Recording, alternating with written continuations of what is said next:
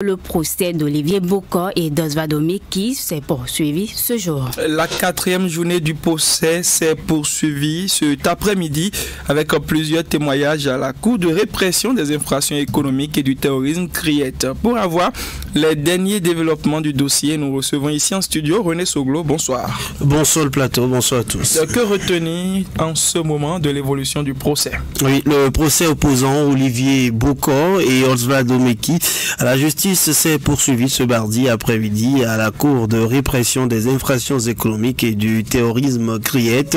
Et cette 4e journée d'audience a été l'occasion d'entendre plusieurs témoins clés dont les déclarations apportaient des éclaircissements cruciaux sur l'affaire. Thomas Assogba, vendeur de véhicules, a ouvert les débats avec une déclaration concernant une transaction non finalisée avec Osvaldo Meki. J'ai livré un véhicule Prado à monsieur Omeki le 21 septembre 2024 après un accord pour un paiement par chèque le 23 septembre, a-t-il expliqué. Cependant, il a précisé que ce paiement n'a jamais été effectué et qu'il conservait toujours la carte grise du véhicule. Je n'ai pas entamé les démarches de mutation et mon client n'a jamais évoqué la modification de la plaque d'immatriculation du véhicule, a-t-il ajouté. Il y a eu aussi le passage du gérant du groupe Technique Plus, Corneille Baguidi. Il a pris la parole pour clarifier les circonstances des retraits bancaires effectués entre le 10 et le 23 septembre 2024.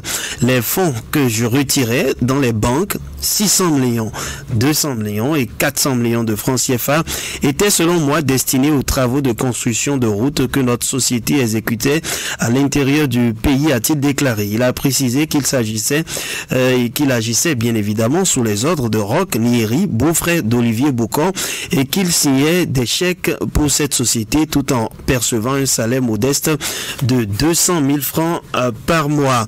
Baguidi a nié toute implication dans le prétendu coup d'État, affirmant: je n'avais pas connaissance de ce que les fonds que je retirais seraient liés à un complot.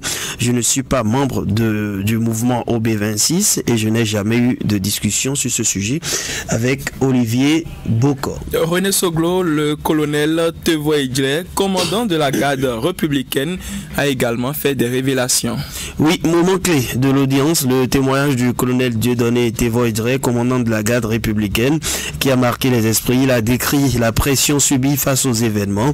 Je me suis senti en danger des deux côtés, a-t-il confié, précisant et qu'il avait fin de soutenir le complot pour mieux le démanteler. Le colonel a aussi détaillé les discussions financières autour de l'affaire. Un montant de 1,5 milliard de francs CFA avait été évoqué pour financer l'opération. Les fonds avaient déjà été partiellement remis avant l'intervention de la brigade criminelle, a-t-il révélé. Tevo Idjre a affirmé qu'il n'avait jamais contacté directement Olivier Bokor pour éviter de compromettre ce procès. Et pendant ce temps, René Soglo, dites-nous, que disent les accusés? Osvaldo Meki et Olivier Bokor, riches principaux accusés, ont choisi de ne pas s'exprimer. Omeki a déclaré: je veux déconstruire point par sujet, mais je ne le ferai pas en l'absence de mes avocats. La cour doit aussi être régularisée. Une position similaire a été adoptée par Olivier Bokor, qui a réaffirmé son refus de témoigner dans ses conseils juridiques. Vous l'avez compris, donc je ne pourrai pas déposer devant votre juridiction sans la présence de mes avocats, a-t-il affirmé. Et cette 4e journée d'audience a connu une suspension après le silence des accusés qui a freiné certains échanges. Après donc cette suspension temporaire, la Cour de répression des infractions économiques et du terrorisme a brièvement repris ses travaux autour de 17 heures passées de 40 minutes avec la lecture de certaines pièces dont un PV d'audition de Olivier Bokor avant de les interrompre autour de 18h17 minutes précisément.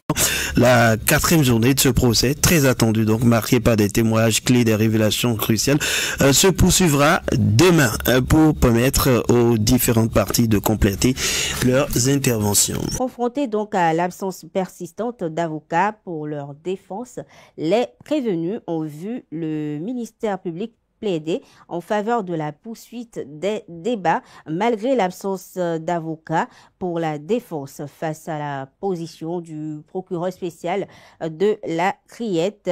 L'homme d'affaires Olivier Bokor a réagi affirmant qu'il n'a pas choisi de ne pas se constituer un avocat. Il a expliqué que ceux qui l'avaient sollicité n'avaient pas pu le rencontrer en prison. Omeki, quant à lui, a indiqué qu'il a tenté de contacter Maître Baba Bodi pour sa défense, mais sans succès. Face à ces nouvelles informations, la présidente de la Cour a suspendu le procès pour quelques minutes avant de le reprendre. Et elle a pris une décision concernant la situation. Quelques minutes après, la présidente de la Cour a demandé la poursuite des débats. Les témoins de l'affaire ont été interpellés à la barre pour présenter leur déposition. D'abord, c'est le commissaire de la brigade criminelle chargé des enquêtes préliminaires qui a exposé les résultats de ces investigations, affirmant avoir recueilli des éléments qui corroboraient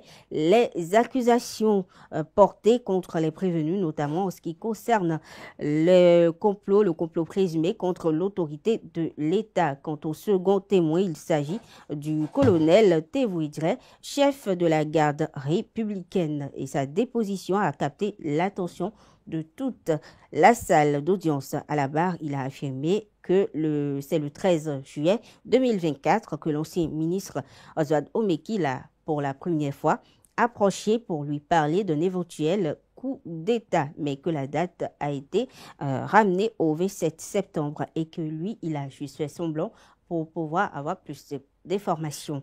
L'affaire complot contre l'autorité de l'État, ouvert ce matin à la Criette, se poursuit. L'homme d'affaires Olivier Bokor, l'ex-ministre Oswald Omeki et co-accusés comparaissent sans leurs avocats. Tour à tour, ils sont écoutés par la Cour. On a écouté aussi des témoins, notamment le colonel Dieudonné Tevouidre de la garde républicaine. Si le coup d'État avait réussi, ce qui était prévu, c'était que je sois le chef de la junte militaire, que je conduise la transition jusqu'en 2026, a déclaré le colonel Dieudonné Tevouidre à la barre. Est-ce que vous avez discuté du projet de coup d'État avec Olivier Bokor, a demandé la juge. Jamais a répondu le colonel. La Cour spéciale a écouté également d'autres témoins. Un agent de sécurité. Cet après-midi, c'est au tour des principaux accusés d'être entendus. J'aurais voulu répondre point par point, mais je choisis de ne pas le faire parce qu'à la Criette, la messe est dite à l'avance, a déclaré l'ex-ministre Oswald Omeki.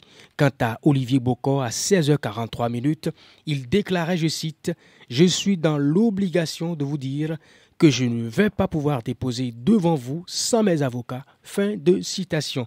Les deux hommes et co-accusés sont poursuivis pour complot contre l'autorité de l'État, corruption d'agents publics et faux certificats.